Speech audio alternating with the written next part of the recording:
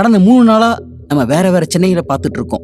வேளச்சேரி, பள்ளிக்கரணை இருக்கிற ஒரு சென்னை, புளியந்தோப்பு இருக்கிற மற்றொரு சென்னை. ஆனால் 3ஆவதா ஒரு சென்னை இருக்கு. அது சென்னையில தான் இருக்கா அப்படிங்கிறதே பல பேத்துக்கு தெரியாது. தெரிஞ்சவங்களுக்கும் இந்த அக்கறையும் இருக்காது. அது எண்ணூர் அமைந்திருக்கிற இன்னொரு சென்னை. இந்த சென்னை தான் ஒட்டுமொத்த சென்னைக்குமே மின்சாரம் வழங்குதுன்னு சொல்லலாம். அது மட்டும் இல்லை, ஒவ்வொரு முறையும் வெள்ளத்திலேருந்து காப்பாத்துறதுல இந்த எண்ணூர் இருக்கிற சென்னைக்கு ஒரு முக்கிய பங்கு இருக்கு. ஆமா, எல்லா வெள்ள நீரையும் அது உள்வாங்கிட்டு கழிமுகம் இருக்கிற பகுதியில் போய் சேர்த்து கடலோட கலக்கிற முக்கியமான சென்னை இது. ஆனா இந்த சென்னை மக்களுக்கு ஒரு பிரச்சனை. சொல்லப்போனா அவங்களுக்கு வெள்ளம், மழையினால வெள்ளத்தினாலேயோ எந்த பிரச்சனையும் இல்லை. அவங்களோட பிரச்சனை வேற ஒண்ணு. அந்த பிரச்சனையை நம்ம சரி செய்யல, குறைஞ்சபட்சம் காது கொடுத்து கேட்கலனா இன்னொரு பேரழிவை நம்ம சந்திக்க வேண்டியதா இருக்கும். என்ன பிரச்சனை? நேற்றிலிருந்து நம்ம இதுக்கு 2 சென்னையை பார்த்துருக்கோம். ஒன்று வேளச்சேரி, மேடவாக்கம் அந்த பகுதி உள்ள சென்னை. ஆமாம், அங்கே தண்ணி நிற்கிது, இன்னும் தண்ணி வடியலை.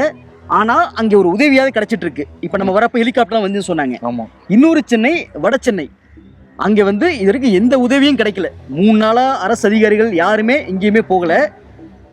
3ஆவது சென்னை எண்ணூர் பகுதி. இங்கே என்ன இதுனா, இங்கே தண்ணீர் எதுவும் நிற்கல. ஆனால் இவங்களுக்கு வேற ஒரு பிரச்சனை இருக்கு. ஆமா, என்ன பிரச்சனைனா, இப்ப சென்னை முழுக்க வெள்ளம் ஏற்பட்டிருக்கு. வெள்ளம் எங்க வருதுன்னா ஆறு வழியா தான் கடல்ல போய் கலக்குது. அதே மாதிரி எண்ணூர் பகுதியிலையும் அது சுத்தி வட்டார இருக்கிற பகுதியிலையும் மழை வெள்ளம் இந்த ஆத்துல கலந்து, இந்த ஓடையில கலந்து அப்படியே கடலுக்குள்ள போகுது. இப்ப என்ன பிரச்சனைனா, இது எடுத்து பார்த்தா உங்களுக்கே தெரியும். இது ஆத்து தண்ணியா அது என்னன்ட்டு ஒரு ஆயில் மாதிரி இருக்கு பாருங்க. ஃபுல்லா ஆயில். இதுல ஓடுறது ஃபுல்லாவே ஆயில் கலந்துருக்கு. இப்ப அது மிகப்பெரிய பிரச்சனையா மாதிரி இருக்கு. இந்த ஏரியா வாசிகளுக்கு சுற்றுச்சூழல மிகப்பெரிய ஒரு அச்சுறுத்தலை ஏற்படுத்தி இருக்கு. என்னன்னா, இந்த வாளியை பார்த்தோன்னே ஒரு 4 வருஷத்துக்கு முன்னாடி உள்ள ஞாபகம் தான் வருது. ஏற்கனவே இங்க ஆயில் கலந்து வாளியை வச்சுதான் இங்க கோதி இது பண்ணாங்க. ஆமா, சரி, இப்ப இது எங்கேருந்து கலந்துச்சு, என்ன ஆச்சுங்கிறத அந்த ஊர் மக்கள்கிட்டே கேட்போம். ஸ்ரீனிவாசன் இப்ப விளக்க போறாரு, இங்க என்ன நடந்துச்சு, ஏன் இந்த நதி முழுக்க ஆயிலா இருக்கு, இது முதல்ல என்ன நதி? இது கொசஸ்தலை ஆறு ஆந்திராவில் இங்கே கலக்கிற இடம். ஒரு பக்கம் சென்னையில் இருக்க பக்கிங்காம் கெனாலும் இந்த வெள்ளப்பெருக்கோ இது போல் கழிவு நீரோடு சேர்த்து இப்போ கலந்து விட்டாங்க. ஆனால் முன்னாடி இது ஒரு கால்வாயை வச்சுருந்தாங்க.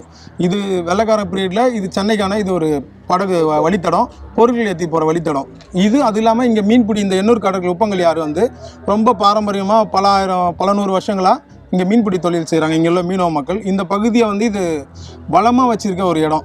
இந்த பகுதியில் தான் இப்போது நீங்கள் எப்படியாப்பட்ட சென்னையில் இருக்க வட சென்னையில் இருக்க வெள்ளமும் இந்த பகுதிக்கு வந்தால் வடியணும். முக்கியமான பகுதி இல்லைன்னா வட சென்னையை இன்னும் மூழ்கிட்டே இருக்கும். ஒரு பகுதி இங்கே கொசலை ஆறு அந்த வடிகாலம் சேர்கிற இடம், மீனவ மக்களும் சமைக்கிறோம். ஆனால் இந்த இடத்துல ஏற்கனவே கழிவு நீர், சாம்பல் இது போல் மாசுபட்டு இருக்கு. இப்போது இந்த வெள்ளத்தை காரணம் வச்சு இங்கே இருக்க பெரிய ஆயில் நிறுவனங்கள், சிபிசிஎல், ஐஓசிஎல் இவங்க நிறுவனங்கள் நேரடியாக இந்த ஆற்றுல முழுசாக அந்த கழிவு ஆயில்களை கொட்டிட்டாங்க. கிட்டத்தட்ட 3 நாளாக இங்கே இந்த ஆயில் வடிஞ்சிட்டே இருக்குது இந்த தண்ணி மேலே. இது கரைகள்லையும் வீடுக்கு படகு எல்லா இடத்துலையும் ஸ்ப்ரெட் ஆகிடுச்சு. இது ஸ்ப்ரெட் ஆகினதில் இந்த 2 கரைகளையும் இது அதிகமானதில் இந்த மீன்பிடி தொழில் கிட்டத்தட்ட இந்த ஆறு 16 கிலோமீட்டருக்கு பலவர்காடு வரைக்கும் போவோம். இங்கே இருக்க மீனவர்கள் 16 கிலோமீட்டருக்கும் போய் மீன்பிடி தொழில் செய்யணும். வெள்ளம் வடிஞ்சோடனே நாங்கள் தொழிலை பார்க்க ஆரம்பிச்சிருவோம். மற்றவங்க எப்படி சென்னையில் இருக்க வெள்ளம் வந்தோன்னா அவங்க தொழில் போயிடுவாங்க, அதே மாதிரி நாங்களும் தொழிலை பார்க்கணும். ஆனால் இப்போ இந்த ஆயில் இருக்கிறனால எங்களால் 3 மாதமோ எத்தனை மாதம் சொல்ல முடியாது, இந்த ஆயிலோட மாற்றம் மாறுற வரைக்கும் எங்களால் மீன்பிடி தொழிலே பண்ண முடியாது. இங்கே இருக்க இப்போ பறவைகள் இங்கே நிறைய இப்போ ஒரு 3-4 நாளுக்கு முன்னாடி இந்த ஆயில் வரதுக்கு முன்னாடி முழுசாக இங்கே பறவைகள் நிறைஞ்சிருந்து ஒரு பறவைகள் இல்லை. இந்த ஸ்மெல்லால் மீன் இந்த வாடகைக்கு செத்து மிதக்கும், இறால் செத்து மிதக்கும். எதுவுமே இந்த முகத்தோரம் வழியாக கரைக்கு ஏறாது. கிட்டத்தட்ட இந்த ஆறு இப்போ மறுபடியும் ஒரு மலட்டுத்தன்மையாக ஒன்றும் இருக்குது. இப்போ சென்னையில் இப்போ நடுவில் எண்ணூரில் இதுக்கு முன்னாடி ஒரு 16-17 வருஷங்களில் கப்பல் ஒன்று மோதி பெரிய விபத்தாச்சு. அப்போது தனியார் கப்பல் விபத்தான அரசாங்கம் அதை நேரடியாக மோதி அவங்ககிட்ட இழப்பீடு வாங்கி மக்கள் கொடுத்தாங்க. ஆனால் இப்போ பண்ணுறது மத்திய அரசு நிறுவனங்களே நேரடியாக இந்த மக்கள் வசிக்கிற இந்த ஆற்றுல கொஞ்சமும் ஒரு நீர்நிலைனா எதெல்லாம் கலக்கக்கூடாதோ அதை நேரடியாக கொட்டி இந்த பெருவெள்ளத்தை சாதகமாக வச்சு இப்போ இவ்வளோ கலந்துருக்காங்க. இது வரைக்கும் நிர்வாகத்துறையிலேருந்தோ இல்லை இந்த சிபிஎஸ்சியில் பொல்யூஷன் கண்ட்ரோல் கூட யாரும் இங்கே இவ்வளோ பெரிய பேரிடர் ஆயிருக்கு. பேரிடர் மேலே ஒரு பேரிடர் கொண்டு வந்திருக்காங்க இந்த ஆயிலை கொண்டு வந்து. இதை இப்போ நாங்கள் ரோட்டில் உட்காந்து போராடின பிறகு காவல்துறை மட்டும்தான் வந்துச்சு. இது வரைக்கும் வேறு யாரும் வரல. நாங்கள் இது பெரிய அளவில் பாதிக்கப்பட்டிருக்கோம். ஆனால் எங்கள் கிட்டேருந்து தான் இப்போ சென்னையில் இருக்க மக்களுக்கு படகெல்லாம் நாங்கள் தான் கொடுத்து அமைச்சிருக்கோம் மற்ற மக்களை காப்பாற்ற. ஆனால் எங்களை காக்கிறதுக்கு இப்போ வழி இல்லாமல் பெரும் கஷ்டத்தில் இருக்கும். 2015ஆம் ஆண்டு வெள்ளம் தப்பி இதே பிரச்சனை ஏற்பட்டுச்சு. 15ல் இந்த மாதிரி ஆயில் வரவே கிடையாது. அப்போது முழுசாக தண்ணி வந்தது. அதை இவங்க போன முறை இவ்வளோ வெள்ளம் வந்தால் இந்த ஆயில கலந்துட்டா தெரியாதுன்ற ஒரு நோக்கம் இருந்திருக்கும் போல இருக்குது. அதனால் இதை சாதகமாக பயன்படுத்தி இந்த முறை இந்த வெள்ளத்தோட வெள்ளமாக கலந்துட்டாங்க. இன்னும் பக்கத்தில் எர்ணாவூர் பக்கத்தில் இருக்க மக்கள் ஊருக்குள்ளெல்லாம் போயிட்டுருக்கு. ஊருக்குள்ளெல்லாம் போனதால் அவங்க ரொம்ப பாதிச்சிருப்பாங்க. இங்கே படகுல காமிச்சதால் இந்த நீரில் இந்த சேத்துலேயும் கலந்துரும். இந்த சேரில் தான் மீன்லாம் கடிச்சு வளரும். இது எதுவுமே கிட்டத்தட்ட இப்போ ஒரு 3 மாதத்துக்கு மலட்டுத்தன்மையாக தான் இருக்கும். இது பெருளவில் இழப்பு. இந்த இழப்பீடை மத்திய அரசு நிறுவனங்கள் இந்த மாநில அரசு நிறுவனங்கள் கேட்டு அவங்ககிட்ட இந்த மீனவ மக்களுக்கு எங்களுக்கு பெற்றுக் கொடுத்தா மட்டும்தான் எங்களுக்கு வாழ்வு. இல்லைன்னா நாங்கள் வெள்ளப்படும் எது இருந்தாலும் தொழில் செய்ய முடியாத ஒரு நிலைமை தான் இருக்கும். எத்தனை நாளாக வந்துட்டு இருக்கு இந்த மாதிரி? இது தொடர்ந்து 3 நாளாக வந்துட்டு இருக்கு. இப்போ நம்ம இங்கே இருக்கோம், நம்மளுக்கு மூச்சு சுவாசிக்கிற இந்த கஷ்டம் எவ்வளோ இருக்குன்னு பாருங்க. எங்களுக்கு இந்த 3 நாளாக இன்றைக்கி தான் மின்சாரம் வந்து நாங்கள் இங்கேருந்து தான் பல பகுதி கரண்ட் போகுது. ஆனால் எங்கள் பகுதிக்கு இந்த என்னைக்கு நான் காற்றடிச்சதோ அன்னையிலேருந்து கரண்ட் இல்லை. இப்போ தான் கரண்ட் வந்திருக்கு. நாங்கள் எல்லாரும் இந்த மூச்சு தள்ளி பெரியவங்களாம் ரொம்ப அவஸ்தைப்பட்டாங்க இந்த ஸ்மெல்லால். கரெக்டு தான், என்ன சொல்கிறது கரெக்டு தான். என்னன்னா நான் இங்கே ஒரு 1/4 மணி நேரம் 20 நிமிஷம் இருக்கும். இப்போயே எனக்கு கொஞ்சம் ஸ்ட்ரகிள் ஆகுது. அந்த மூச்சு திணறல் மாதிரி ஒரு ஏற்பட வைக்குது. ஃபுல்லாக ஆயில் ஸ்மெல் குப்பு வாடை அடிக்குது. ஒரு ஆற்றுக்குன்னு ஒரு ஸ்மெல் இருக்கும், கடலுக்குன்னு ஒரு ஸ்மெல் இருக்கும். அதை தாண்டி ஏதோ ஆயில் ஃபேக்ட்ரிக்குள்ள வந்த ஒரு ஃபீல் தான் இருக்குது. சின்ன ஒரு கேள்வினா, இதே விபத்தா இருக்க கூட நினைக்கிறீங்க? விபத்து நடந்திருக்கு, அதனாலயே இப்போ விபத்து நடந்தா இப்போ ஒரு சின்ன விஷயம் தான். ஒரு விபத்து நடந்துச்சுன்னா அந்த பகுதியை அவங்க எந்த நிறுவனம் தான் அவங்க பார்ப்பாங்க, எவ்வளவு தூரம் போயிருக்குன்னு பார்ப்பாங்க. இது வரைக்கும் அவங்க விபத்துன்ற பட்சத்தில் யாருமே ஒருத்தரும் எட்டி பார்க்கலையே. இப்போ விபத்து நடந்ததுன்னா ஒரு பேரோட ஏதோ டிசாஸ்டர் ஆகி வெடிச்சு செதுறதுன்னு வச்சுங்க, அப்போ அவங்க அதை சொல்லுவாங்க, இந்த பகுதியெல்லாம் ஆயில் வருதுங்கன்னு சொல்லி அவங்க தான் எல்லாருக்கும் தகவல் கொடுக்கணும்.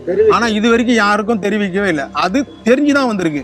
ஏன்னா இது எங்களுக்கு முன் அனுபவம் இருக்கு. இப்போதான் ஒரு முறை கிடையாது. இது எங்களுக்கு கிட்டத்தட்ட ஒரு 30 வருஷமா இந்த மாதிரி சாதாரணமாக கலந்து விடுவாங்க. எப்படி சென்னையில் இருக்கவங்களும் ஆயில் ஸ்பில்ன்றது பெரிய பேரிடம், எங்களுக்கு இது சாதாரணம். இதை நாங்கள் பல முறை இருக்கோம். ஒரு முறை சப் கலெக்டர் சுஜி தாமஸ்ன்றவங்க நேரடியாக எங்களோட படகுல ஆய்வு அந்த சிபிசிஎல் நிறுவனத்தை பின்பக்கம் கேட் வழியாக தான் அவங்க விட்டாங்க. அந்த பகுதியை இந்த படகுலேயே போய் அவங்க சீல் வைக்கிறேன்னு சொல்லி நிறுத்தினதுக்கு அப்புறம் குறைச்சிட்டாங்க விடுறதை. அவங்க முதல் தடவை கிடையாது, எங்களுக்கு பல அனுபவம் இருக்கு. இப்போ வரைக்கும் சரி, இது என்ன டிஜிட்டல் இதாகும். இப்போதைக்கு இந்த ஆயில் ஆடுறது இந்த வாலியை தவிர வேற எந்த இன்ஸ்ட்ருமெண்ட்டும் கிடையாது. நீரில் இவ்வளோ கொட்டியிருக்கு.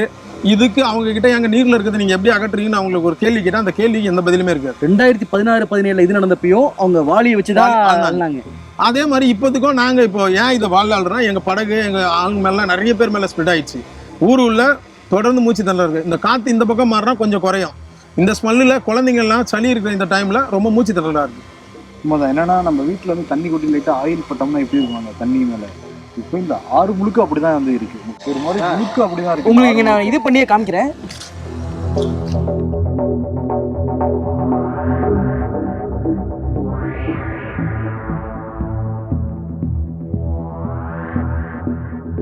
இந்த பகுதி முழுக்க பாருங்க எப்படி இருக்குன்னு. ஒரு பீக்கா கலர்ல மாறி இருக்காது. இப்போ இந்த ஆற்றுல வர தண்ணி தான் கடல்ல கலக்கும். அதுல தான் அங்கேயும் மீன் பிடிச்சாலுமே அதை சாப்பிட்ற மக்களுக்கும் ஒரு பெரிய பாதிப்பு. இவங்க வாழ்வாதாரம் போச்சு. இது வரைக்கும் யாரும் கேட்கலங்கிறது எவ்வளவு பெரிய ஒரு துயரம்.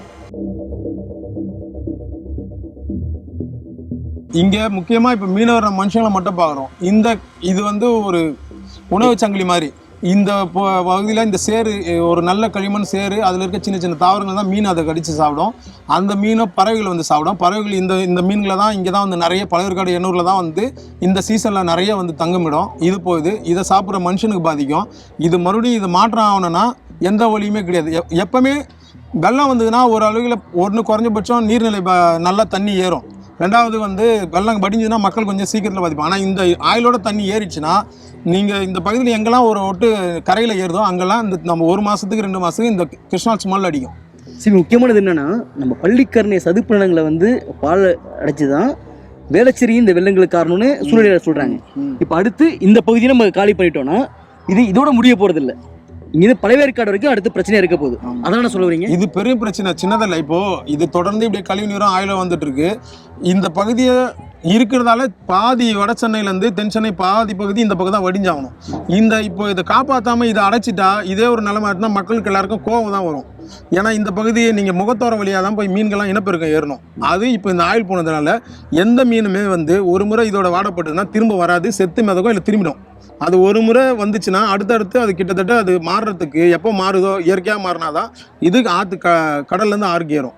இது பெரும் பிரச்சனை. இதை சாதாரணமாக இது ஏதோ தண்ணி தானேன்ற ஒரு பெரும் அலட்சியமும் அது எல்லா இடத்துலையுமே இருக்குது. தண்ணி எந்த அளவுக்கு நம்ம பாதுகாத்து அதை சரி பண்ணி வச்சுக்கணுன்றதுல பெரும் இதை ஒரு காட்சி பொருளாக மட்டும் வச்சுட்டு இருக்கலாம் முக்கியம் இல்லை. இதோட முக்கியத்துவத்தை தெரிஞ்சு இதை பாதுகாத்தா மட்டும்தான் சரிப்படும். ஆனால் இதை மீறுறது யாருன்னு கேட்டால் ரொம்ப அநியாயம் அரசு நிறுவனங்கள். அதையும் இப்போ மத்திய அரசு நிறுவனம் தான் இங்கே இருக்குது, இப்போ பால் பண்ணிட்டு இருக்குது. சென்னையில் இருக்கிற எல்லா ஏரியாவையும் பார்த்தோம், இந்த ஏரியா வந்து பார்த்துருக்கோம். டோட்டல் ஒரு நிர்வாக சீர்கேடை தான் வந்து தெரியுது. இதெல்லாம் எப்போ சரி பண்ண போகிறாங்க, எப்படி சரி பண்ண போகிறாங்கன்னு நம்ம பொறுத்திருந்தா வந்து பார்க்கணும். தொடர்ந்து வீடியோ எப்படி கூட இணைஞ்சிருங்க.